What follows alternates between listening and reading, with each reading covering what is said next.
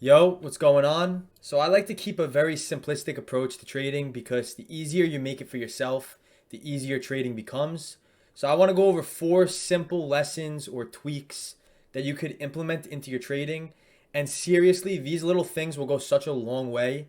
And I'm extremely confident that you're all going to see a change in your trading for the better.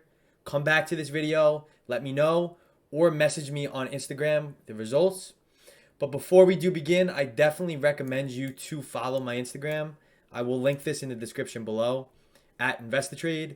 I post daily trading recaps on here, along with very good trading tips and tricks that you really won't find anywhere else. The link is in the description below. It's a very good resource. So now let's get right into the video. The first one is obvious. I tell this to InvestiTrade members all the time. If you do not have a plan, you do not have a trade. So any trade that you look to put on, you need to have what's called a valid thesis, where essentially you plan your entry, you plan your exit, and you plan your stop loss. And once you get your confirmation signals, you take the trade. If you don't have a valid thesis to put a trade on, then you simply have to sit on your hands and not put the trade on because you are going against your edge. A lot of people, I see it all the time, they buy something because they think it's going up, or they sell something because they think it's going down. For example, in this case, Facebook did make a crazy move to the upside, but just because it's moving up doesn't mean it's acceptable for us to long something or buy calls. What's stopping Facebook, let's just say right here, from selling off and moving all the way back lower? You really don't know. So you need to have a valid trading plan because you have to expect the worst and prepare for the best. You cannot make any trades based off of decisions. A lot of people get greedy, a lot of people get fearful, and they buy something just because it's going up. Your trades need to be based off of facts and not based off of opinions. Now we're going to break down the anatomy of this trade with Facebook, but let's first go over the pre-market plan. I post these every single day in the Discord. We've had an incredible rally the past few days on Facebook.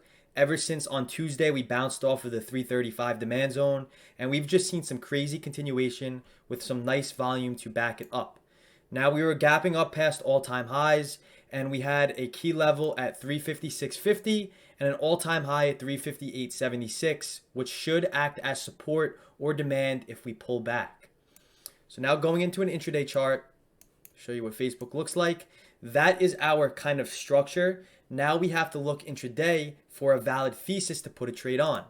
For example, Roku, if you look at Roku today, we rallied all the way to the upside, but I couldn't find a valid area for me to get long. Facebook, in this case, bounced, sold off into demand. We had some nice volume to confirm it. We also made a higher low. So there were multiple different confirmation signals that I personally look for. I do go over these in the course. However, I had a planned entry, a planned exit, and a planned stop loss. I didn't buy something just because I saw it going up. So at 9:43, I got proper confirmation to get long Facebook. It looked just like this. Played the 360 calls at $1.70 at 9:43, anticipating we were going to break above 360, get above 361, and then rally into 362.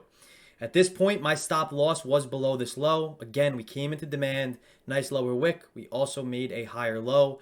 So I was comfortable with this trade. My risk was pretty tight. And now what I do is just let the trade play out. I respect my risk if it goes against me, and I let the trade ride if it does move in my favor, and then I'll eventually have a risk-free trade. So eventually we start moving up. We get into the 362 area. I do not sell my full position.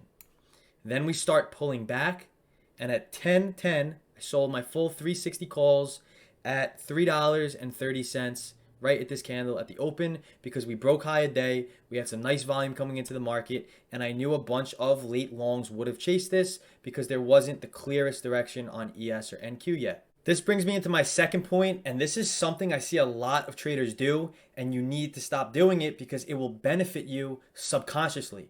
Trading is all about emotions, and this really messes with our emotions, and sometimes it will make us make irrational decisions based on what we think is going to happen rather than what the market's telling us. So you have to stop looking at your profit and loss. Let's just act like we all got into the same trade that I did at 9:43 at this candle right here. I'm gonna mark it out. So what I did was I pulled up the Facebook 360 calls, and I'm gonna synchronize my crosshairs so they both add up. So after 360 calls, this looked like this. I got long at this candle right here. Now at one point at $1.70, I was up roughly 85% in a matter of 10 minutes.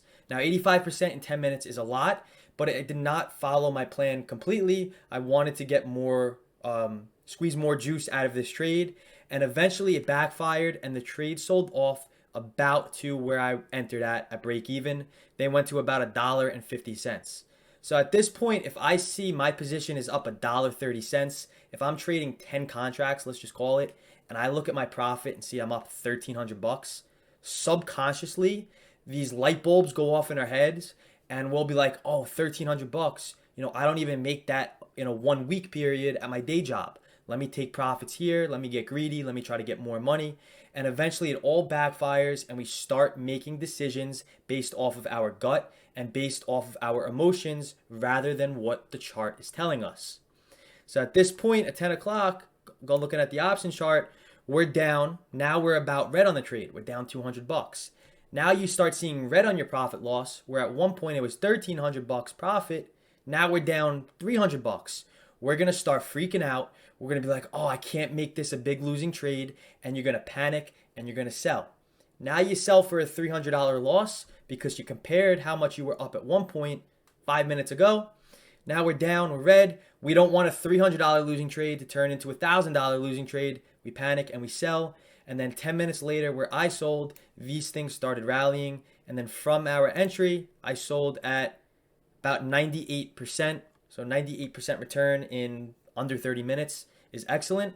However, if I was looking at my profit and loss, I probably would have sold when I was up at, $1.30. I probably wouldn't have held on that pullback either. But because I just traded the chart, I did not trade my profit and loss, seeing the numbers flicker between red and green and seeing how much we are down or how much we are up, I made a rational decision based off of the chart versus a irrational decision based off of my emotions. Third step is a simple one. It's just reducing your size. I see it all the time. Traders go in with too heavy size. Now imagine going in with your full account, 100 contracts, let's just call it. Of course you're going to make irrational decisions because you're in too heavy, and a quick 50-cent move down is absolutely going to destroy you. You're going to be like, oh shit, I'm down $5,000. What do I do? I suggest going with smaller size until you could prove consistency. For example, if we did get long Facebook down here, my normal size is between 75 to 100 contracts on equities. And if I'm trading SPY and Qs, it's between 100 and 200. But for newer traders, let's just say 10 contracts. Instead of going 10 contracts and being up 1,300 here and panic selling when you're down over here, go maybe one contract and start small until you can prove consistency. Trading is all about scalability. If you can make money with one contract, it's the same thing with 10 contracts or 100 contracts. The only difference is your perspective and how you view the trade and what your brain is trying to throw at you. Your brain is your worst enemy in trading. Less thinking is more. So if we were in with one contract, we wouldn't have stopped out right here because we're only down $10 or $20. Whereas if we're in with 50 contracts, we're down $1,500 or $2,000. So reduce your size. I've helped so many traders in the Invest to Trade group chat with building consistency, doing these 3 things that we've went over so far, especially reducing size. When you cut down your size, you trade so much better. Just try it. Let me know. We'll break down another trade. We have Microsoft. We had a very key area that buyers defend every time we test it at the 276.50 demand zone. We break below it, it should bring us lower, and above it, we're still very bullish. Now going to this chart, the market opened up, and same thing like Facebook, I loaded in the Microsoft 277.5 calls. Let's just say we get long on the first tap of demand around 940, 945-ish. And let's just see what the contracts are at. So let's just call it $2.20 or so. They went to a high of 270, so a quick 25% in 4 minutes, 5 minutes. But let's just say we stuck to our plan, we trusted our system, and we had a take profit at 280 or 279, right? Then the market starts pulling back. We come back into this demand zone. The buyers defend this area right here. So bullish in itself. We hold above the demand zone. But at this point now, our contracts are at $2, 20 cents lower than what we bought them at. But because we followed our plan, we had a predetermined entry and exit point. Everything was predetermined before the trade's put on. We let the trade play out. We don't let our emotions get involved. If it wins, great. If it loses, not a big deal. You focus on the next one. It's all about following your plan as the first point.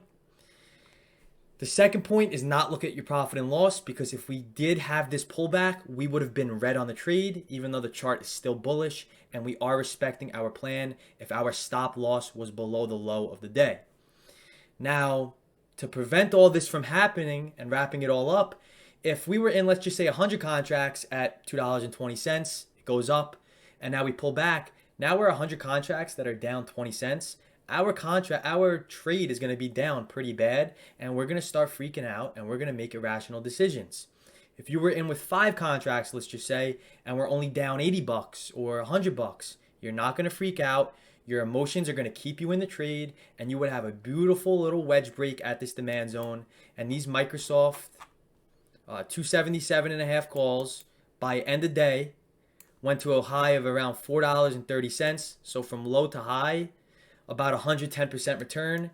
If you reduce your size, if you stop looking at your profit and loss, and you just follow the plan and let the market do its thing. And the last little tip is, if you're still struggling, focus on QQQ and SPY only. A lot of people have too much noise in their trading. They have so many different indicators. They try to scan for 100 different stocks, and they try to follow other people's signals or looking for other people to tell them what to buy and sell.